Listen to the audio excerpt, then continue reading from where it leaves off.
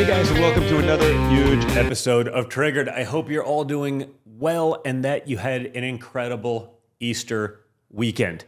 There's a lot to get into today. Some massive stories over the weekend. That says a lot about the strength of America and where our country is right now.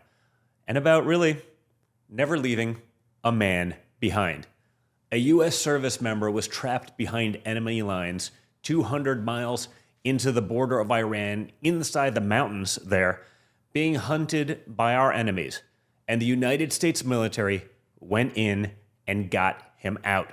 Dozens of aircraft, the most lethal weapons in the world, deep behind enemy lines, and not one American killed. That's leadership, that's deterrence, that's a commander-in-chief and a military telling the world very clearly, we don't leave our people behind. So we're going to get into that rescue. We're going to talk about the Artemis mission and what it says about where this country can go when we actually have leadership with some vision. Because that's really the theme here, guys. American strength is back. And every time real strength shows up, the weakness, the corruption, the sabotage, all of it becomes impossible to hide. So guys, make sure you're liking, sharing, subscribing, okay? Hit that little like button right now, share it with your friends, subscribe so you don't miss one of these major episodes. If you do miss the show here on Rumble, go over to Apple, go over to Spotify podcasts and catch it there. If your friends get their podcast that way, make sure they're aware, send it to them that way, subscribe there as well, even if you're a religious user over here, okay? It's a big deal, it matters. You guys need to help us get the word out.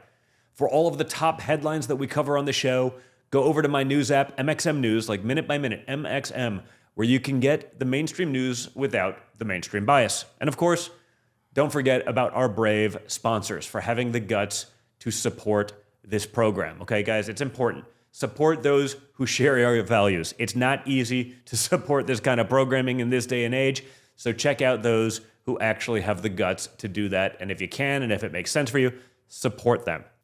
And speaking of which, guys, don't forget about All Family Pharmacy. You've seen how hard it can be to access important medications like ivermectin, and it's critical to have on hand these kind of medications for any emergency and to be prepared in a time of crisis. That's why I want to tell you about All Family Pharmacy. They're cutting through the nonsense and make it easy to get hard-to-find medications when you need them most. They'll provide the prescription, no hoops to jump through, no waiting rooms, no hassle, and they deliver it right to your door. All Family Pharmacy even lets you order in bulk so you can stay ahead of the curve. Head over to allfamilypharmacy.com/Don Jr., DONJR, for 10% off your first order. That's allfamilypharmacy.com/Don Jr. Don't forget and check them out. And guys, I want to tell you about a new way to combat censorship online with Rumble Wallet. Look, Rumble has never wavered in its support of free speech. And now they've introduced something that will give us protection from the big banks shutting us off.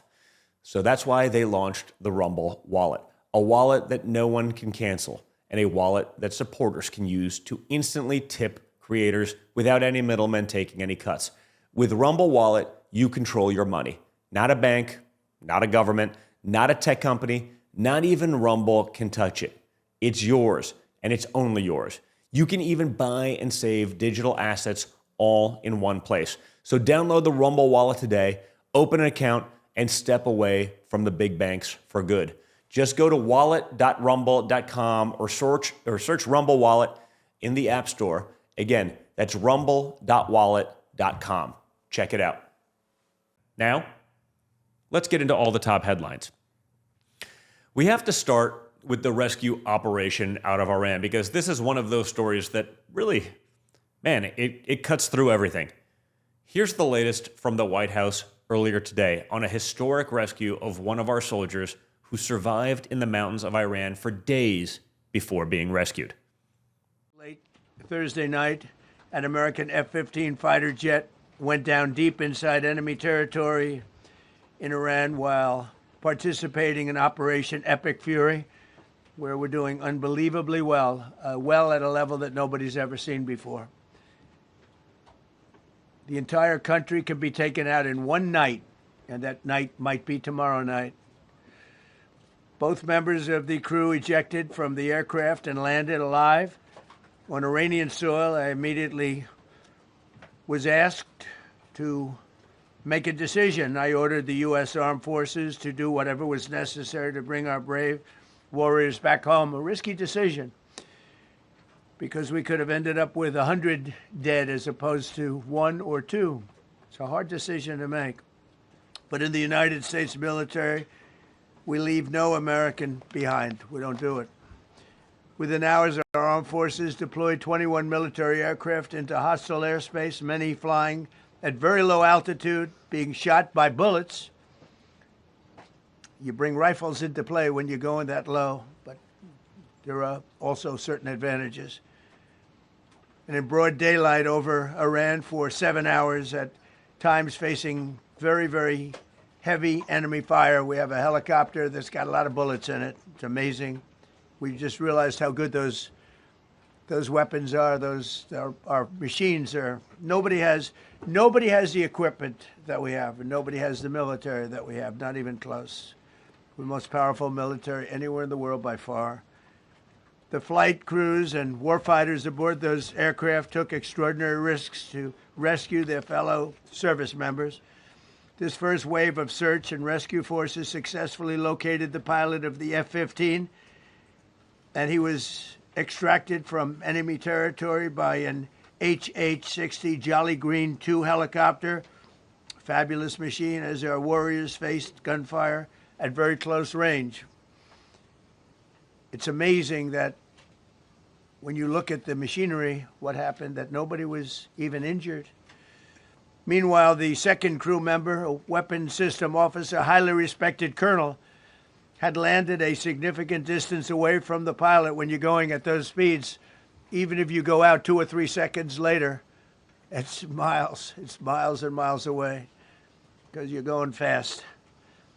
He was injured quite badly and stranded in an area teeming with terrorists from the Islamic Revolutionary Guard Corps rough group, as well as besieged militia and local authorities. Many, on top of everything else, they told the communities actually within inside of Iran, the people of Iran, they were given a tremendous incentive to find this pilot.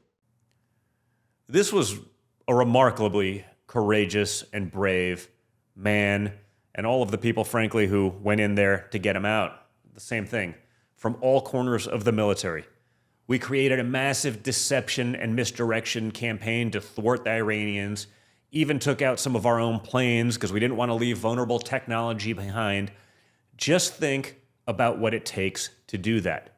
Like I said, dozens of aircraft, heavily armed, deep inside enemy territory, no hesitation, no apologizing, no asking permission from the regime media, no workshops, no committees, no weakness.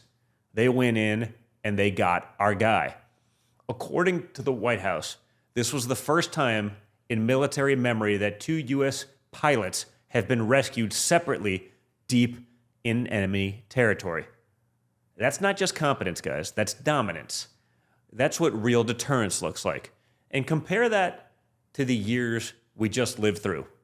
Under Biden, every adversary on earth thought America was soft, slow, confused, like Joe Biden, over-lawyered, terrified of its own shadow. Now, they're learning again that if you touch Americans, if you trap Americans, if you think geography is going to save you, you may be in for a very, very bad surprise. I mean, also think of this story. I mean, it's almost surreal, right? It's almost too good to be true. I mean, for what could have been obviously a very bad situation. An American pilot or plane shot down 2 pilots on Good Friday, rescued without any loss of American lives on Easter. I mean, that's a resurrection story for modern times. That's the core of this whole story, okay? Because beyond the tactics, beyond the aircraft, beyond the hardware, the message is simple. We don't leave Americans behind. We get our guys. Not when it's hard, not when it's risky, not when the terrain is awful, not when the enemy thinks they've got the advantage. We just do it. That's a country acting like a country again. Just an amazing story all around, guys. Absolutely incredible. I mean, imagine how demoralizing that is to Iran. You have 2 American pilots 200 miles inside their territory.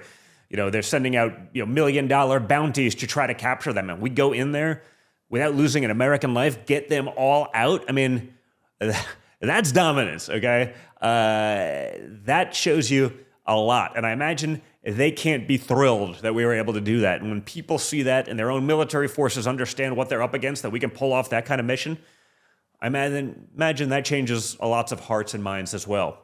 Here's more from my father's press conference earlier today and where things go from here. And yes, it involves opening up the effing Straits of Hormuz. So it's a wild one, but hey, you gotta hear it, all right? It's kind of a big deal. Check it out. Yesterday in your Truth Social, you called the Iranians crazy bastards. True.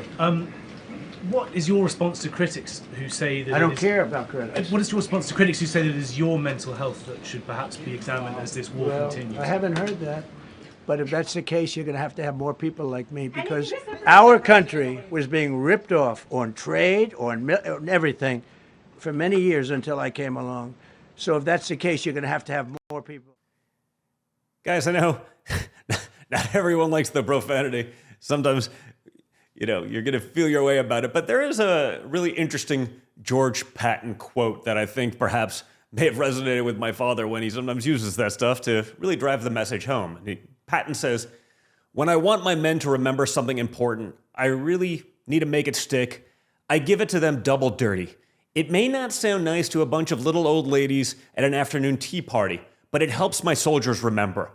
You can't run an army without profanity, but it has to be eloquent profanity. And an army without profanity couldn't fight its way out of a piss-soaked paper bag." So there you have it. Maybe Trump and Patton have a lot more in common than you ever imagined. Guys, all kidding aside, we're also seeing American dominance on every other front. As I told you last week, I had the honor of going to the Kennedy Space Center to watch the NASA launch. Over the last few days, you've been seeing all the news coming back in there. The Artemis II mission has been front and center. And if you look at the footage, if you look at what NASA is now doing right now, if you look at American astronauts pushing further than human beings have ever gone from Earth, you are looking at something we used to take for granted in this country. Check it out. 10, 9, 8, 7. RS-25 engines lit. 4, 3, 2, 1. Booster ignition. And liftoff. The crew of Artemis II now bound for the moon. Humanity's next great voyage begins. Good roll pitch. Roger, roll pitch. Houston now controlling the flight of Integrity on the Artemis II mission around the moon. Integrity, AMT high. AMT high. On time, passing 30 seconds into the flights. Integrity passes the alternate beacon. Target milestone. Mission Control Houston seeing good performance on the 4 main engines. Space Launch System core stage. Integrity, 3 miles in altitude. Traveling more than 1,200 miles per hour.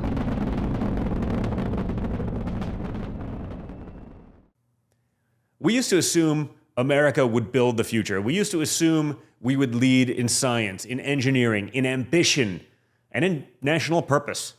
And then for a long time, it felt like all of that got replaced by bureaucracy, by declined management, by lectures, by slogans, by people who think national greatness is somehow embarrassing. But NASA Administrator Jarek Isaacman said something over the weekend that should have gotten a lot more attention. He said Artemis II would not be happening right now if it wasn't for President Trump. And think about what that means. This administration is talking about moon bases, nuclear propulsion, Mars, long-term American dominance in space. Not because it's some vanity project, but because serious countries think in generations, not in election cycles, okay? That's what we do differently here because we have bureaucrats running the places, not people who were business guys, not people who played in the real world outside of the echo chambers of Washington, D.C. That's the difference. A weak government obsesses over the next cable hit, the next consultant memo, the next fake media narrative. A strong government asks, where is this country going to be 20 years from now, 50 years from now? What are our kids inheriting? Are we building something worthy of them, or are we just, again, managing decline until the next press release? And that's why this matters politically too, because it isn't just about rockets. It's about mentality, confidence, whether America still sees itself as a civilization capable of greatness. The left wants the country small, apoplectic, apologetic, fragmented, easier to control that way. My father wants the exact opposite. Bigger goals, bigger ambition, bigger national purpose and dreams. And honestly, that contrast has never been clearer than it is right now. You can tell a lot about a movement by what it asks people to believe in. The left wants your kid to be obsessed with grievance, dependency, being a victim, being in constant state of decline. We want your kid looking at the moon and thinking, let's go there, let's build there, let's win there. That's not just policy, guys, that's culture. And speaking of what kind of country we're going to be, let's talk about birthright citizenship. Because the Supreme Court heard arguments last week on one of the most important questions this country has been ducking for way too long. Does being born on American soil automatically make you an American citizen? No matter who your parents are, no matter why they came here, no matter whether the whole thing was an obvious scam from the beginning. And of course, the media wants to frame this like it's some sort of radical, cruel, shocking position. But what's actually radical is pretending that the 14th Amendment was written so foreign nationals could industrialize American citizenship for the benefit of their country. What's radical is acting like citizenship is just some sort of convenience store product. You pick it up on your way out, drop by there, get that citizenship, move back to communist China, come back and vote in American elections to do China's bidding. That seems pretty radical to me. What's radical is pretending birth tourism doesn't exist. When Trump's team pointed directly to the fact that Chinese birth tourism companies have been operating at scale for years, 500 companies, 500, whose business model is basically come to America, have the baby, go home, cash in later, and then we're told there's nothing to see here? Really? Nothing to see here? 500 companies doing this like a production unit? This isn't anti-immigrant. It's anti-scam. It's anti-fraud. This isn't anti-family. It's anti-exploitation. This isn't anti-American. It's pro-American citizenship meaning something again for a change. Because if citizenship can be gamed by anyone with enough money, enough planning, enough lawfare support from the activist left, then citizenship stops being the inheritance of a nation and starts becoming a loophole. And that's the whole fight. The left never wants to define anything. They don't want to define borders. They don't want to define sex. They don't want to define citizenship, because when nothing means anything, everything becomes much easier to manipulate. Because there's absolutely nothing unreasonable about asking whether American citizenship should go to people who are actually going through the process in good faith, not just to people who figured out how to exploit the system faster than Washington could stop them. Now, while we're on the subject of Homeland Security, this next piece tells a whole story of where we are right now. FBI Director Kash Patel is warning that the sleeper cell threat inside the United States is real. Not theoretical, not hypothetical, real. And Senator Dave McCormick tied that directly to the disaster at the border during the Biden years. Because of course he did. That's where this goes. This is what happens when you spend years being lied to about the border. Years being told the real threat is the parents at the school board meetings. Years being told that anyone who wants immigration enforcement is a bad person. And then all of a sudden, everyone wakes up and realizes, wow, maybe letting in hundreds of people on terror watch lists just right into the country, I don't know, wasn't the smartest move in the world. Maybe catch and release wasn't just incompetent. Maybe it was reckless. Maybe it was downright dangerous. Maybe when you dissolve the basic concept of a border, you don't get compassion, you get vulnerability. And now, look at the contrast. You have federal officials trying to clean up the mess, trying to enforce the law, trying to restore some basic concept of national sovereignty. And what are blue states doing? They're actively sabotaging it. In Colorado, lawyers reported that in order to access the state court e-file system, they had to certify that they would not use or disclose information to assist federal immigration enforcement. Just think about how crazy that is. At the exact same time, the country is being warned about terror threats, about criminal aliens, about all the downstream consequences of years of open border insanity. You have a state system basically saying, by the way, if you're trying to help federal immigration law, we want no part of it. That isn't resistance, guys. That's sabotage. That's not civil rights. That's institutionalized obstruction. And this is where Democrats always go. Every single time. They create the vulnerability. Then they deny the vulnerability. And then when someone finally tries to fix the vulnerability, they call people to fix the real problem. It's the same pattern over and over again.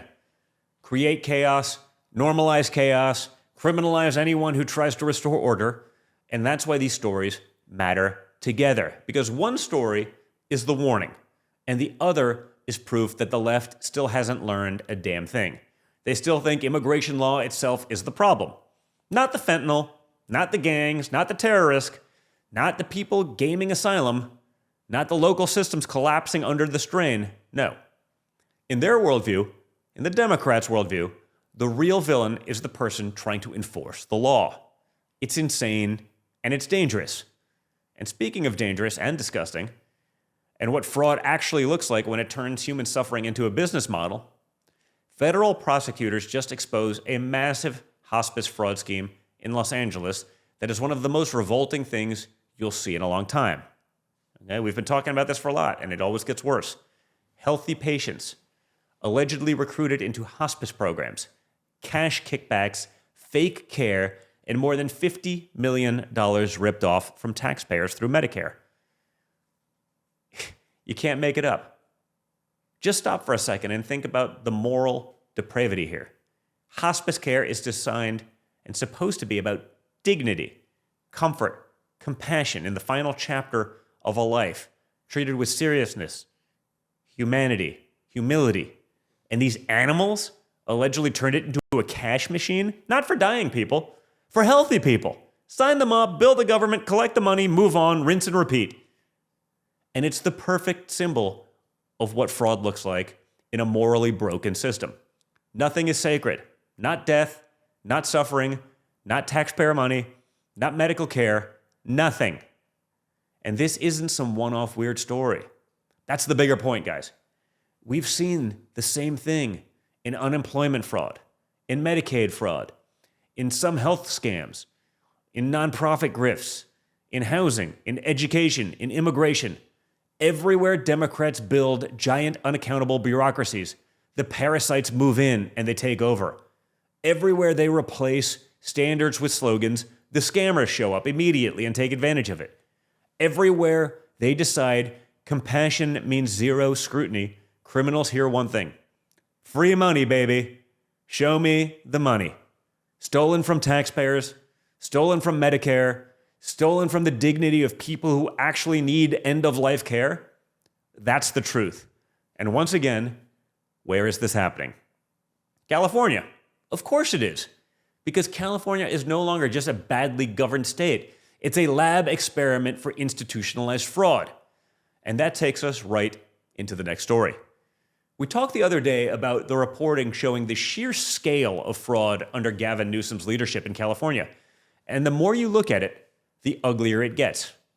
Unemployment, healthcare, welfare, every major program seems to become a buffet line for scammers. And then Democrats act just stunned. They're shocked when the state is broke, dirty, overrun, and collapsing under its own corruption. What was it now? 180 billion stolen from California taxpayers, according to new estimates? Billion with a B, not million. Million would be bad enough. Okay? 1,000 times that. You could build cities with that money. You could secure communities, modernize infrastructure, help actual citizens, fix our schools, fix the roads, fix water systems. Maybe you'd be able to fight your own fires. Can't do that. Instead, it vanishes into fake claims, shell companies, organized crime, bureaucratic indifference, and political cowardice. And then these same people look you in the eye and tell you they need even more money to continue their work. That's the punchline with the Democrats, guys, always. The money is never the problem. The ideology is the problem. Because when your worldview says enforcement is mean, scrutiny is oppressive, and every safeguard is somehow exclusionary, this is what you get. Fraud, and then even more fraud. And it gets worse because last night, 60 Minutes even, did a full investigation into the California high-speed rail to nowhere, chronicling literally decades of waste, fraud, and abuse. In 2008, California voters approved a ballot measure for a train connecting Los Angeles to San Francisco. In less than 3 hours, they got it done. The estimated price tag, $33 billion. Completion date, 2020. Now, they say 2033. With no actual end in sight, that's just the new date that they threw on there. It's only 13 years late. And a cost that has kept skyrocketing to north of $120 billion. Not exactly on time, definitely not on budget. And as it turns out, the whole project began as more of a marketing campaign than a project with financing and, a plan. It was all a big scam against taxpayers. Check this out. The craziest part is they still want to export this model nationally. They still want Gavin Newsom treated like some serious future presidential contender. A guy who can't stop his own state from getting robbed blind should be president of the United States, because then they can do that across all 50 states, not just California. A guy under whose watch government became a slot machine for criminals. A guy whose political brand is basically expensive hair gel over total administrative collapse. That is what the Democrat bench looks right now. Fraud with a smile. For a second, because that story is not going away. As we discussed last week, the New York Times report already told us that ActBlue's own lawyers were warning internally about potential criminal exposure tied to foreign donations. Think about how big a story really that should be for the Times to actually touch it. Okay, that tells you everything you need to know. For the Times to touch it against Democrats and their fundraising apparatus, that's a big deal. And what does it tell you? It tells you the people screaming the loudest for years about election integrity threats were apparently sitting on a fundraising system with massive warning lights flashing all over the dashboard. Again, accuse the others of doing what you're doing yourself. That's the Democrat credo. It always has been. That was Hillary's mentors' big byline, and they're doing it every day. It tells you they never cared about foreign influence in the abstract. They cared about controlling the accusation. If that foreign influence benefit Democrats, they'd probably be all for it, because it was. That's the whole USAID NGO scam, right? Well, if it's working for Democrats, God forbid we actually get rid of these programs that cost us billions. There's a kickback to the Democrat Party. Leave it alone. Who cares if the money's going to nowhere? Of course we need circumcision procedures in Mozambique that funded by the American taxpayer, right? That's different. That's different. Because the modern Democrat Party doesn't survive without the machine. The money machine, the ballot harvesting machine, the lawfare machine, the media machine. And once you start pulling on one thread, guys, you realize how much of it depends on opacity. Okay, how much of it depends on no one asking the hard questions? How much of it depends on institutions staying captured long enough for the public to get exhausted and simply tune out? But people aren't tuning out anymore. That's the change. Americans understand now that when Democrats say democracy is under threat, What they usually mean is their infrastructure of control is actually under threat. When they say norms are collapsing, what they mean is their monopoly on unaccountability and unaccountable power is collapsing. When they say the system is being weaponized, what they mean is for the first time in a long time, someone might actually investigate them too. And good. Because if your own lawyers are telling you there may be criminal exposure over foreign money flowing into American elections, maybe the problem isn't the people asking the questions. Maybe the problem is the people who built the machine in the first place. Now, I want to close with something that really matters to everyday families, because this one cuts across politics in a way that a lot of stories don't. RFK Jr. and EPA Administrator Lee Zeldin announced new action on microplastics. This is the kind of thing governments should be doing. Okay? We're talking about contaminants in drinking water, plastics in the human body, possible links to inflammation, fertility problems, neurological issues, things that affect your children, your food, your home, and your health. And for once, instead of being told to shut up and trust some faceless bureaucracy, the government is acknowledging the problem and starting to move on it. That's what serious governance looks like. Protect the border, punish fraud, build the future, and make sure families aren't being poisoned by the basic systems they're supposed to rely on. It's not really complicated, folks, but Washington made it complicated because for too long it stopped serving normal Americans and started serving every weird ideology hobby. Okay? Every NGO racket, every consultant class scam, every global abstraction except the people who actually live here. So when you step back and look at everything we covered today, the pattern is pretty clear. When leaderships get stronger, the rot gets exposed. When enforcement comes back, the sabotage becomes obvious. When national confidence returns, the people who built careers on weakness start panicking because they can feel the shift. They can feel that Americans are done being lectured by failure. Okay? Done being told chaos is compassion. Done being told that fraud is inclusion. Done being told that decline is just the price of being in a modern society. No, that's a lie. A serious country can protect its people, defend its sovereignty, pursue greatness, punish corruption, and still care deeply about families and the future. And in fact, that's the job. That's the actual job. So guys, thanks so much for tuning in. Okay, make sure you're liking, sharing, subscribing, okay, so you never miss one of these major episodes. You guys got to be a part of that. You're the first line of defense getting this message out there. So like right now, it's so easy. It takes 2 seconds. Share it with some of your friends. Subscribe so you never miss an episode. Check out our great sponsors down below and in the video description because they have the guts to support this kind of programming. So check them out. See if it's something you need, and if it is relative to some other, woke company, perhaps doing something similar, you know which way to go. It's not easy to support this kind of programming, so your support always matters. And speaking of which, guys, don't forget about All Family Pharmacy. You've seen how hard it can be to access important medications like ivermectin, and it's critical to have on hand these kind of medications for any emergency and to be prepared in a time of crisis. That's why I want to tell you about All Family Pharmacy. They're cutting through the nonsense and make it easy to get hard-to-find medications when you need them most. They'll provide the prescription, no hoops to jump through, no waiting rooms, no hassle, and they deliver it right to your door. All Family Pharmacy even lets you order in bulk so you can stay ahead of the curve.